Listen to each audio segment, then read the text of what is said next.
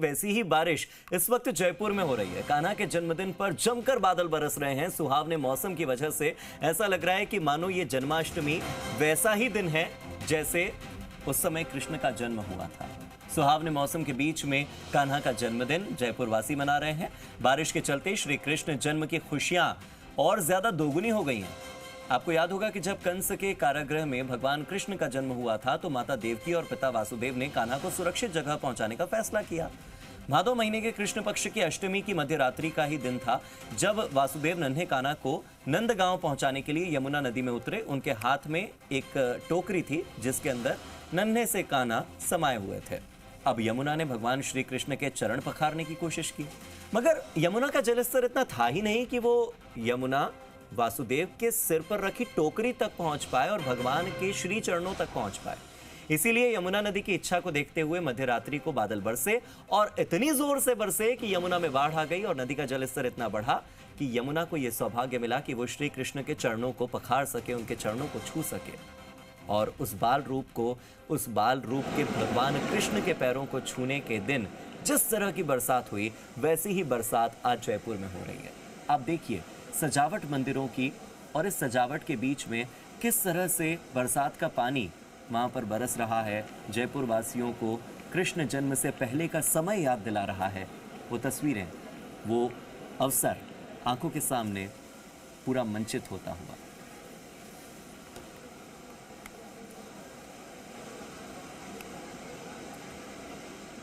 तो ये तस्वीरें आपको सीधी हम जयपुर से दिखा रहे हैं।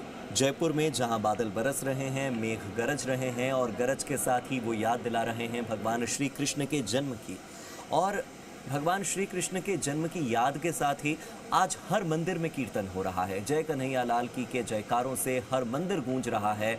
भगवान श्री कृष्ण को याद करते हुए उनके जन्म से पूर्व की तैयारियों में इस वक्त हर भक्त लीन है। प्रसाद कौन सा बनेगा, पोशाक कौन सी चढ़ेगी, इसी के साथ ही पोशाक का रंग कौन सा होगा, इसी के साथ ही कौन सी आरती गाई जाएगी, इन तमाम विषयों के बारे में ही हर कोई इस वक्त सोच रहा है। मेरे सहयोगी दीपक गोयल मेरे साथ जुड़ गए, सीधे उन्हीं का रुख करते हैं। दीपक, भगवान कृष्ण के जन्म से पहले जिस तरह का माहौल था वैसा ही माहौल इस वक्त जयपुर शहर में बना हुआ है और कृष्ण जन्म में अब कह सकते हैं कि कुछ मिनट बाकी रह गए हैं। ज्यादा से ज्यादा 2 घंटे के बाद भगवान श्री कृष्ण हम सबके बीच होंगे। दीपक, मिनट तो नहीं, कुछ घंटे हम कह सकते हैं क्योंकि अब 2 घंटे से कम का समय है। और देखिए, भगवान श्री विष्णु के 8वें अवतार के रूप में भगवान श्री कृष्ण का जन्म प्रकटोत्सव है 5291 जो आज बड़ी धूमधाम के साथ सेलिब्रेट किया जा रहा है।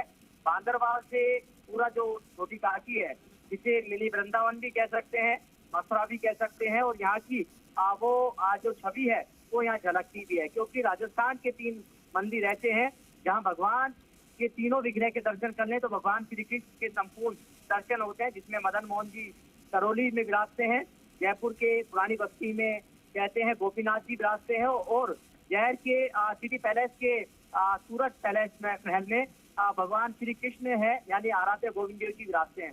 देखिए, अभी शहन झांकी के दर्शन हो रहे हैं और 10:30 बजे तक शहन झांकी के दर्शन कर पाएंगे। उसके बाद में 11 से 11:15 बजे तक मंगला आरती यानी सुबह, क्योंकि भगवान श्री कृष्ण का जब जन्म होगा तो सुबह जल्दी नहीं उठाया जाएगा, तो सुबह की जो मंगला झांकी है वो रात को 11 से 11:15 बजे होगी। और उसके बाद में भगवान श्री कृष्ण यानी कि जैसे ही घड़ी की सुइयां 12 बजे को छुएंगी वैसे ही घंटे घड़ियाल 31 तोपों की सलामी और आतिशबाजी के साथ में भगवान श्री कृष्ण है उनका अवसर दिवस है वो यहाँ पर मनाया जाएगा। देखिए, 935 किलो पंचामृत से भगवान श्री ठाकुर श्री जी का पंचामृत अभिषेक होगा, जिसमें 425 लीटर दूध, 365 लीटर दही है, 11 किलो घी, 85 किलो बूरा, 11 किलो शहद का उपयोग यहाँ पर दिया जाएगा। और ये तमाम जो सामग्री है, दूध, दही, देसी घी, नस्ल है वो की गाय का होगा। अभिषेक के बाद ठाकुर श्री जी को विशेष भोग है वो अर्पित किया जाएगा, जिसमें पंजीरी लड्डू, खिरसा, रबड़ी कुल्हड़ का भोग है वो शामिल है। अभिषेक के बाद सभी भक्तों को पंचामृत अभिषेक है वो और पंजीरी है वो यहाँ पर वितरित की जाएगी। कल ललना यानी कि क्या लाड़ है वो लड़ाया जाएगा, यानी कि नंदोत्सव है, बधाइयां हैं बधाइयाँ तो ली जाएगी और साथ में बधाइयाँ हैं वो बांटी जाएगी।